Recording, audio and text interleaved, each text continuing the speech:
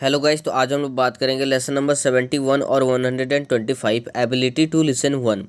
यहाँ पे एक्सरसाइज ए हम लोग देख लेते हैं। यहाँ पे दिया हुआ है discuss with your o'clock partner. जो भी आपका ओ क्लॉक पार्टनर होगा, 6 o'clock या 7 o'clock जो भी है, o'clock partner, how hearing and listening are similar and different. मतलब आपको बताना है कि हियरिंग एंड लिसनिंग कैसे सिमिलर है और कैसे डिफरेंट है। तो मैं यहाँ पे बता दूँ आपको, हियरिंग हियरिंग मीन्स क्या होता है, जिसे कि हम लोग सिर्फ क्या करते हैं, हियर करते हैं, मतलब सिर्फ उसे सुनते हैं।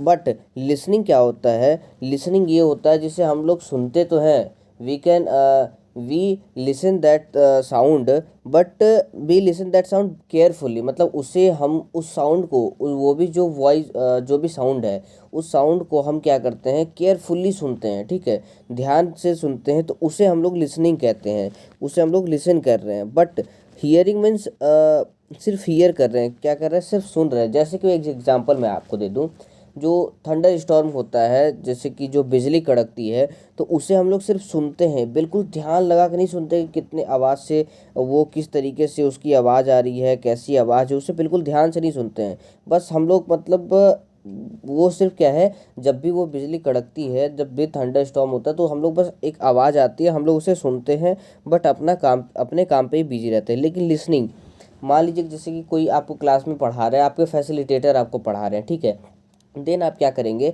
बिल्कुल कंसंट्रेट करेंगे कि वो पढ़ा क्या रहे हैं आपको, बिल्कुल केयरफुल्ली आप उसे सुनेंगे। तो वहाँ पे आप क्या कर रहे हैं, लिसन कर रहे हैं, लिसनिंग है वहाँ पे। ठीक है, तो बस यही यहाँ पे डिफरेंस था इन इसके बीच में।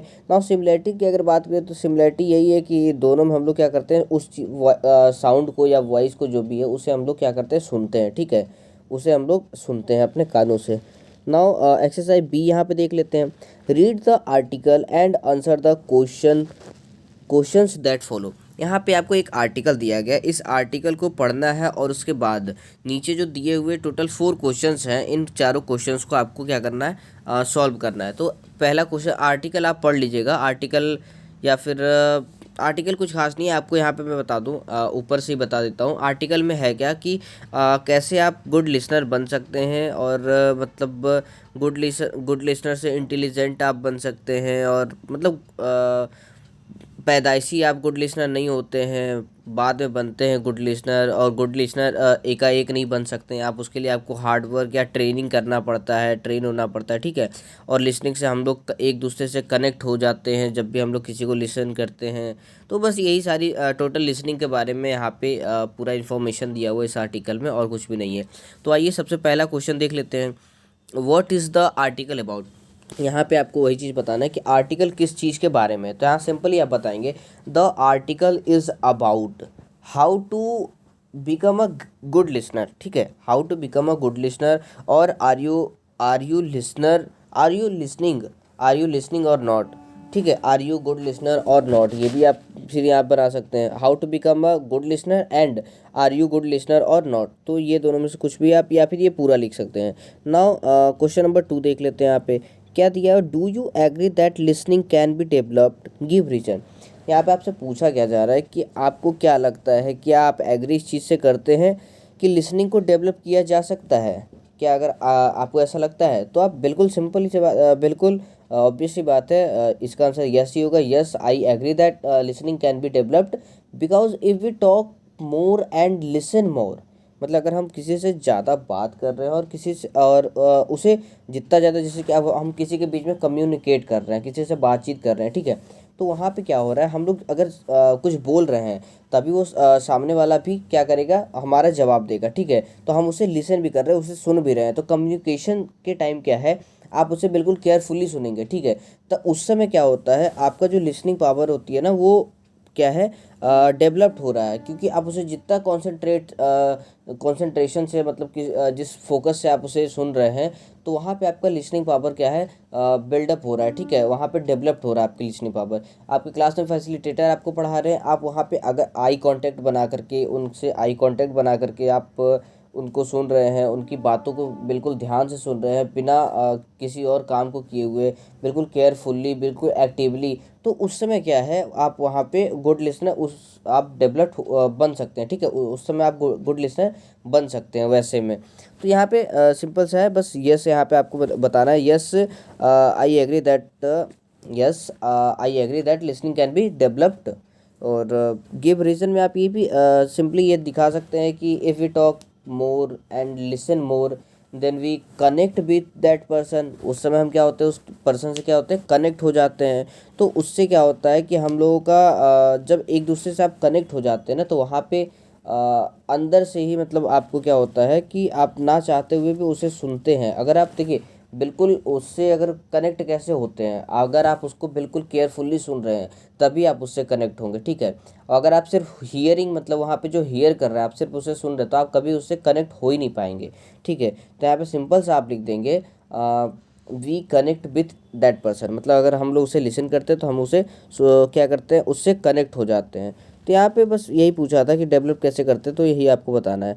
नाउ क्वेश्चन नंबर थर्ड देख लेते हैं आपको, how does listening make us more intelligent. यहाँ पे बताना है आपको कि लिसनिंग मोर इंटेलिजेंट कैसे हमें बनाता है। क्या आप बताएंगे आपको, यहाँ आप बताएंगे listening make us more intelligent if we listen with carefully actively. मतलब अगर हम किसी चीज़ को केयरफुल्ली और एक्टिवली मतलब सुनते हैं उसको, और कंसंट्रेट करके फोकस करके उस चीज़ पे अगर हम उसे सुनते हैं, तो क्या है जब भी अगर हम किसी चीज़ को सुन रहे हैं, मान लीजिए कोई किसी टॉपिक, कोई भी बंदा है और किसी टॉपिक के बारे में वो बात कर रहा है। ठीक है, तो अगर हम उस चीज़ को केयरफुली, जितना केयरफुली सुनेंगे तो हमें क्या है उसके बारे में उतना ज़्यादा इन्फॉर्मेशन हमें मिलेगा। अगर हम उसे केयरफुली सुनेंगे नहीं तो हमें क्या है कि उसके बारे में इन्फॉर्मेशन नहीं मिल पाएगी। और अगर हम उसे केयरफुली बिल्कुल सुन रहे हैं तो क्या है हमें इन्फॉर्मेशन, वो सारी इन्फॉर्मेशन बिल्कुल एक्यूरेट इन्फॉर्मेशन मिलेगा। ठीक है, अगर हम उसे केयरफुली सुनेंगे तो हम उसे समराइज कर सकते हैं आगे चल करके, और क्या कर सकते हैं उसे हम क्वेश्चन उससे उसके ऊपर हम उससे पूछ सकते हैं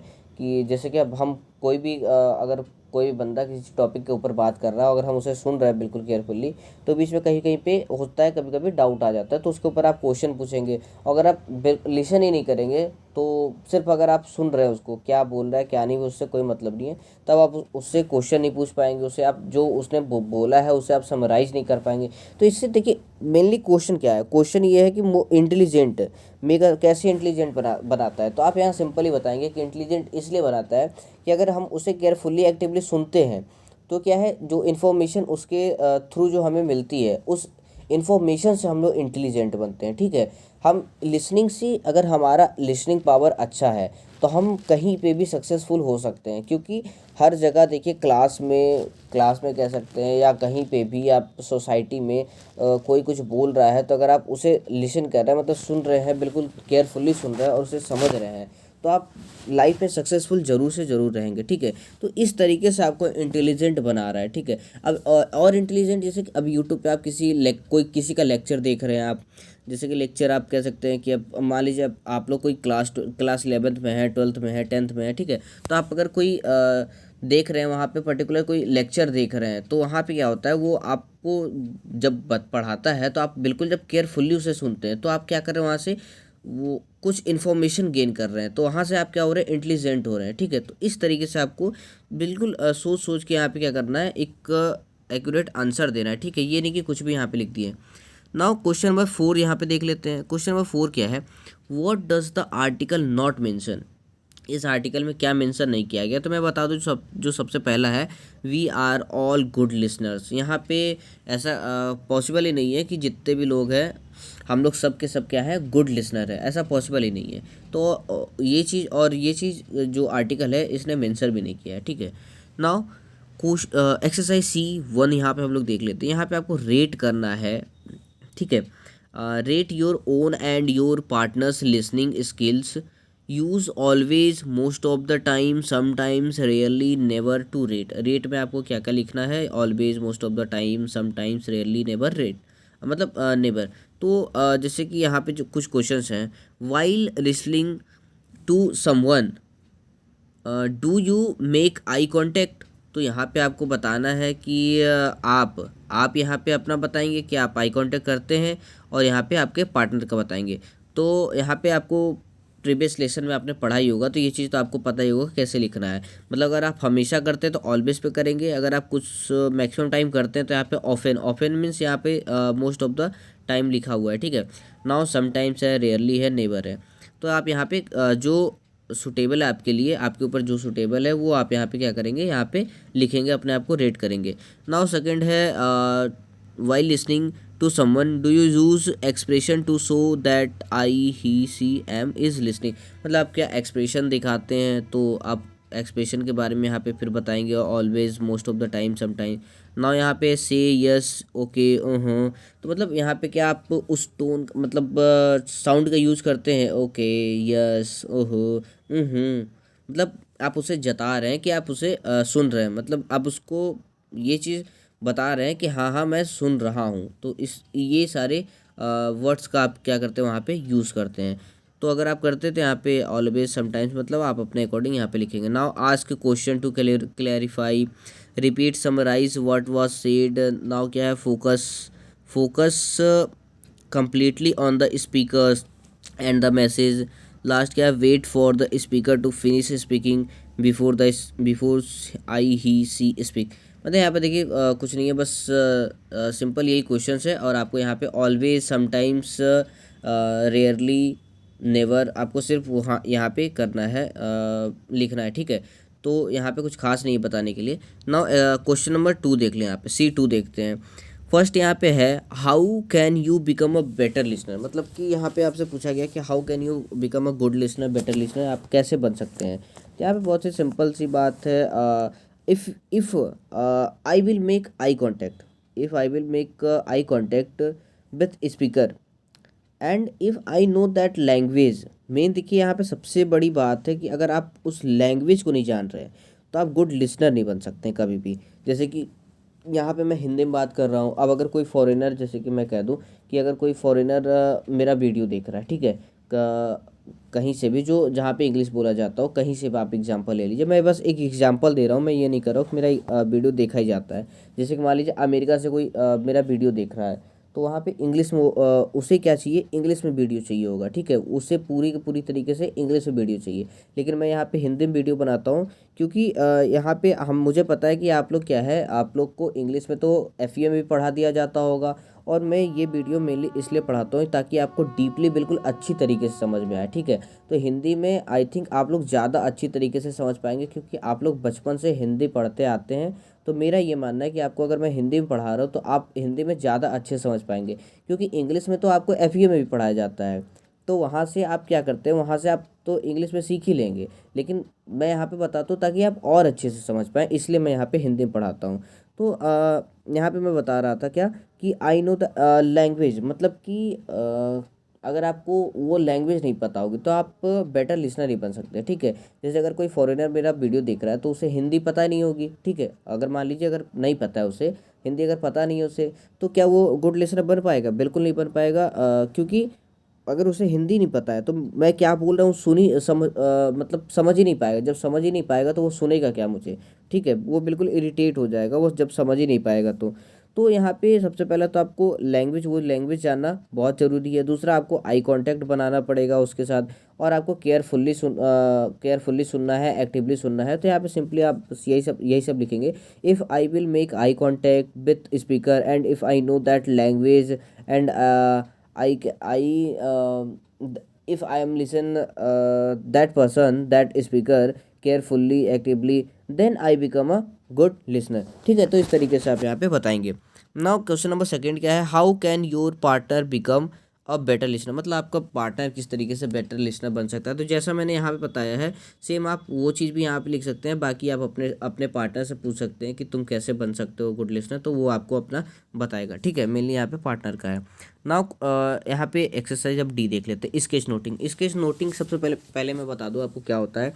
स्केच मतलब देखिए क्या होता है, स्केच मतलब कि जो भी आप पेंटिंग्स वगैरह बनाते हैं, जो स्केच बनाते हैं, पोर्ट्रेट बनाते हैं, जैसे कि जो कोई भी पेंटिंग बनाते हैं, जैसे कि बचपन में हम लोगों ने बहुत सारे पेंटिंग बनाया था। तो वो पेंटिंग अब प्लस नोटिंग, नोटिंग में जो आप नोट्स बनाते हैं, तो पेंटिंग प्लस नोटिंग, नोट्स दोनों को मिला करके ही बना है स्केच नोटिंग। ये इसलिए है क्योंकि बहुत बार ये होता है कि समझाते समय बच्चे समझ नहीं पाते हैं, तो वहाँ पे कुछ फिगर्स का यूज़ करते हैं फैसिलिटेटर जो हैं या फिर जो टीचर हैं जो भी आपको पढ़ा रहा है, तो वो क्या करते हैं कुछ फिगर्स का यहाँ पे यूज़ करते हैं, और उस फिगर्स के थ्रू आपको उस फिगर का यूज़ करते हैं, उसके बाद उस फिगर के बारे में यहाँ पे कुछ लिखते हैं, उसके बाद क्या करते हैं आपको समझाते हैं। तो ये पूरा का पूरा क्या है, इसी के ऊपर है, ठीक है। फिगर बनाते हैं, फिर कुछ लिखते हैं, उसके बाद समझाते हैं, तो ये पूरा के क्या है, पूरा स्केच नोटिंग उसी के ऊपर है, ठीक है। और कुछ भी नहीं है इसमें। तो ये सिर्फ आपको समझना है यहाँ पे कि क्या है, कैसे है, ये सारी चीज़ें कहाँ पे यूज़ करना। जैसे कि यहाँ पे सबसे पहला क्या दिया हुआ है, every one can do it but why should I help you understand material helps you remember. मतलब देखिए यहाँ से स्टार्ट हुआ है, every one can do it but why should I help us understand material. Now यहाँ पे देखिए idea का मतलब यहाँ पे या आइडिया या माइंड का कह सकते हैं, एक पिक्चर बना करके फिर समझाया गया है। Helps you remember what you are learning, मतलब ये ब्रेन ब्रेन से भी रिलेटेड हम यहाँ पे कह सकते हैं। तो ये सारी चीज़ें क्या है, बस समझाने के लिए यहाँ पे स्केच नोटिंग का मतलब मैंने जो आपको बताया बस यहाँ पे यही है, और कुछ भी खास नहीं है, ठीक है। स्केच नोटिंग मतलब कि यहाँ पे फिगर बना करके, और फिगर बना करके यहाँ पे, और उसके बाद कुछ लिख करके, फिगर के साथ कुछ लिख करके जो समझाया जाता है कहीं पे भी आपको जब पढ़ाते समय, तो उसे ही हम लोग स्केच नोटिंग कहते हैं, ठीक है।